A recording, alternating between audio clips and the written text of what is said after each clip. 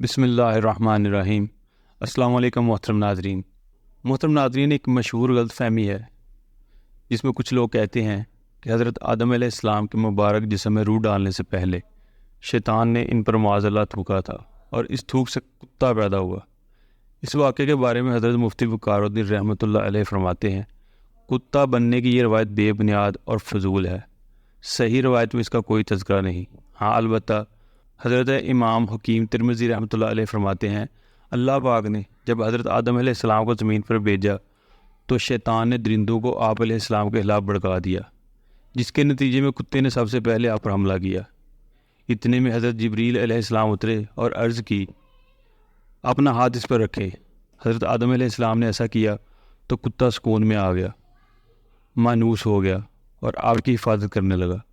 کتے کی طبیعت میں قیامت تک کے لیے اولاد آدم کی محبت رکھ دی گئی ہے۔ محترم ناظرین، جب انسان نے پہل اس زمین پر قدم رکھا تو اللہ نے انسان کو دنیا میں بھیجنے سے پہلے انسان کے زندہ رہنے کے لیے تمام سامان پیدا فرمایا، جس میں ہوا، پانی، آگ اور مٹی۔ یہ انسان کی بنیادی ضرورت تھی، اس کے بغیر تو انسان زندہ ہی نہیں رہ سکتا۔ انسان کے جسم میں قوت پیدا کرنے کے لیے کھانا بھی ضروری تھا۔ اس کے لیے اللہ نے پھل، پھول، میوے، پودے، ہرے بھرے درخت پیدا کیے۔ اس کے علاوہ سر اٹھائے بلند و بالا پہاڑ، رواں دواں گنگناتے ہوئے چشمے، بل کھاتے دریا، سمندر، چاند، سورج، ستارے، غرض کے ہر وہ چیز جو انسان کے زندہ رہنے کے لیے ضروری تھی پیدا کی۔ ان سب چیزوں کے علاوہ انسان کے آرام اور سہولت کے لیے اور چیزوں کی بھی ضرورت تھی، وہ بھی پیدا فرمائی۔ زمین آسمان کے اندر بے شمار چھپے ہوئے خزانے اور وسائل ہیں، مثلاً لوہا، چاندی، ابرک، تیل، کوئلہ اور گیسیں ہیں۔ یہ تمام چیزیں انسان کی ضرورت کی ہیں، ان سے انسان فائدہ حاصل کرتا ہے۔ ان تمام چیزوں کو زمین کے اندر سے نکالنے اور دریافت کرنے کے لیے ایک ایسی ذی عقل اور علم رکھنے والی ہستی کی ضرورت تھی جو ان تمام چھپی ہوئی اور اوجھل چیزوں کو ڈھونڈ کر نکالے اور اپنے ہی لیے کارآمد بنائے۔ یہی ہستی جسے انسان کہا جاتا ہے۔ انسان کو اللہ نے عقل اور سوچنے سمجھنے کی صلاحیت عطا کی، پھر دنیا میں بھیجا۔ سب سے پہلے انسان حضرت آدم علیہ السلام تھے۔ انسان کی نسل حضرت آدم علیہ السلام سے چلی اور تمام انسان حضرت آدم علیہ السلام کی اولاد ہیں۔ اللہ تعالیٰ نے حضرت آدم علیہ السلام کو پیدا کرنے کے لیے ارادہ ظاہر کیا اور فرشتوں سے کہا، میں زمین پر اپنا خلیفہ بنانے والا ہوں۔ اس پر فرشتوں نے اعتراض کیا اور کہا، کیا آپ زمین پر انسان کو پیدا کرنے والے ہیں؟ انسان تو زمین پر فساد برپا کرے گا اور خون بہائے گا۔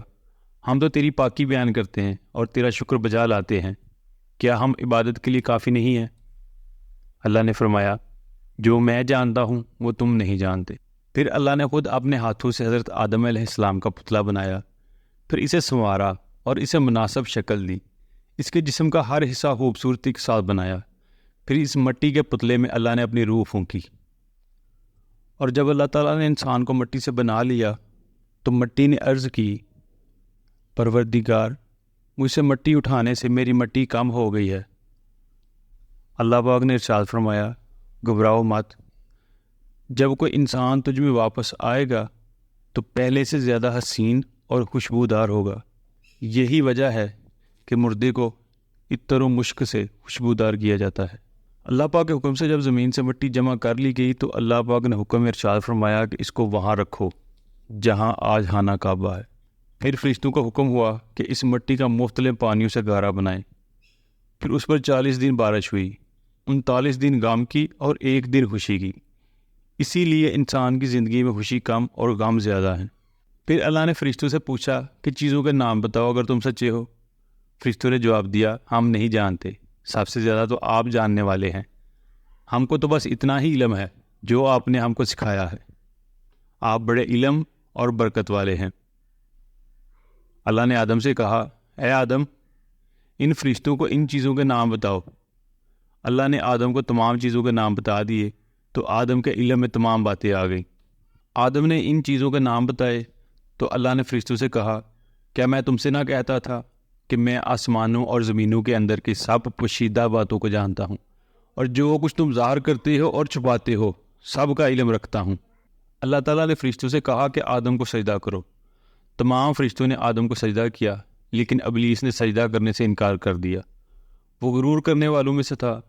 تجھے کس چیز نے سجدہ کرنے سے روکا جب کہ میں نے تجھے حکم دیا؟ اللہ تعالیٰ نے ابلیس سے پوچھا۔ ابلیس نے جواب دیا کہ آپ نے انسان کو مٹی سے بنایا اور مجھے آگ سے پیدا کیا۔ ابلیس کے معنی مایوس اور نا امید ہونا ہے۔ اسی لیے کہا گیا ہے کہ جو شخص اللہ سے نا امید ہوتا ہے وہ ابلیس کے تابع ہوتا ہے۔ جو لوگ ابلیس اور شیطان کے بہکاوے میں آ جاتے ہیں وہ پست ہمت ہوتے ہیں، جو فرائض ان کے ذمے ہوتے ہیں وہ ادا نہیں کرتے اور ذلیل و خوار ہوتے ہیں۔ جب ابلیس نے سجدہ کرنے سے انکار کیا تو اللہ نے فرمایا تو آسمان سے اتر، تو نے تکبر کیا اور تو ذلیل و خوار ہوا۔ ابلیس نے کہا کہ مجھے قیامت کے دن تک مہلت دیجیے۔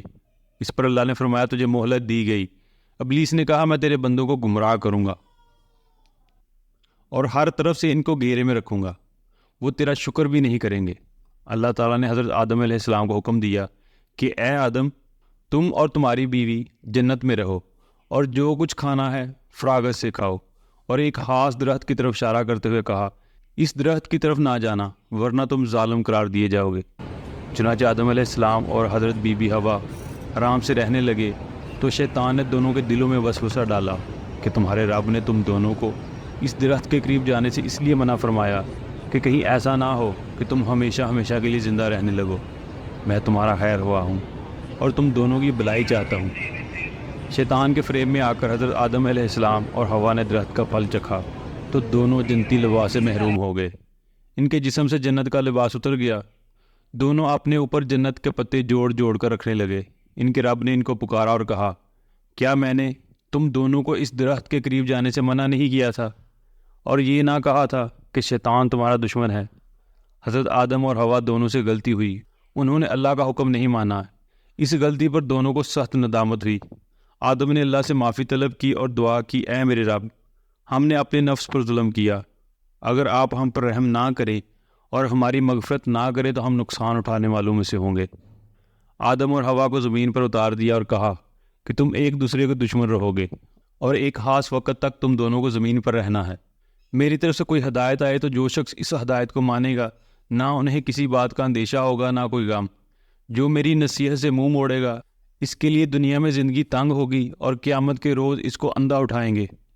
جب حضرت آدم علیہ السلام آسمان سے اتر کر زمین پر آئے تو وہ فرشتوں کی پاکیزہ باتیں سننے سے محروم ہو گئے، اس لیے دل اداس رہنے لگا۔ آپ نے اللہ سے دعا کی اور عرض کیا کہ میں تو فرشتوں کی صحبت سے محروم ہو گیا ہوں۔ اس پر اللہ نے فرمایا آپ مکہ معظمہ جائیں، وہاں میرا گھر تعمیر کریں، اس کا طواف کریں اور نماز پڑھیں۔ چنانچہ آپ علیہ السلام جبریل امین کے ساتھ مکہ معظمہ گئے، وہاں خانہ کعبہ کی بنیاد رکھی، نماز پڑھی اور طواف کیا۔ حضرت آدم علیہ السلام کے واقعے سے ہمیں سبق ملتا ہے کہ جس کام کو اللہ نے کرنے سے منع فرمایا ہے وہ نہ کریں، جو کام کرنے کا حکم دیا ہے وہی کریں۔ یہی عبادت ہے، عبادت نیکی ہے، نیکی عبادت ہے۔ محترم ناظرین، اس واقعے سے ایک چیز ظاہر ہوتی ہے کہ اللہ تعالیٰ جس چیز سے منع کرتا ہے اس کا کوئی نہ کوئی ہمیں فائدہ ہوتا ہے۔ اگر ہم اس چیز کو نہیں کرتے تو اس کا نقصان بھی ہمیں ہوتا ہے۔ اس لیے ہمیں چاہیے کہ جتنی بھی حدود ہیں ہم اس کے اندر رہتے ہوئے اللہ تعالیٰ کی فرما برداری کرتے ہوئے عبادت کریں، نیک اعمال کریں اور برے کاموں سے بچیں۔ حضرت آدم علیہ السلام کا مبارک خمیر جس مٹی سے تیار ہوا، اس سے بچ جانے والی مٹی شریف سے کھجور کا درخت بنایا گیا، جیسا کہ مسلمانوں کے چوتھے خلیفہ حضرت علی شیر خدا رضی اللہ تعالیٰ عنہ بیان کرتے ہیں کہ حضور صلی اللہ علیہ وسلم نے ارشاد فرمایا کھجور کا احترام کرو کیونکہ یہ تمہارے والد حضرت آدم علیہ السلام کی بچی ہوئی مٹی سے پیدا کی گئی ہے۔ اور ایک روایت میں ہے کہ کھجور، انار اور انگور کو حضرت آدم علیہ السلام کی بچی ہوئی مٹی سے پیدا کیا گیا ہے۔ محترم ناظرین، اگر آپ کو آج کی ہماری معلوماتی ویڈیو اچھی لگی ہو تو اس کو لائک اور شیئر کر دیجیے اور ہمارے اسلامی و اصلاحی چینل نیمل ٹی وی کو سبسکرائب کر لیجیے۔ اللہ ہم سب کا حامی ناصر ہو۔ جزاک اللہ۔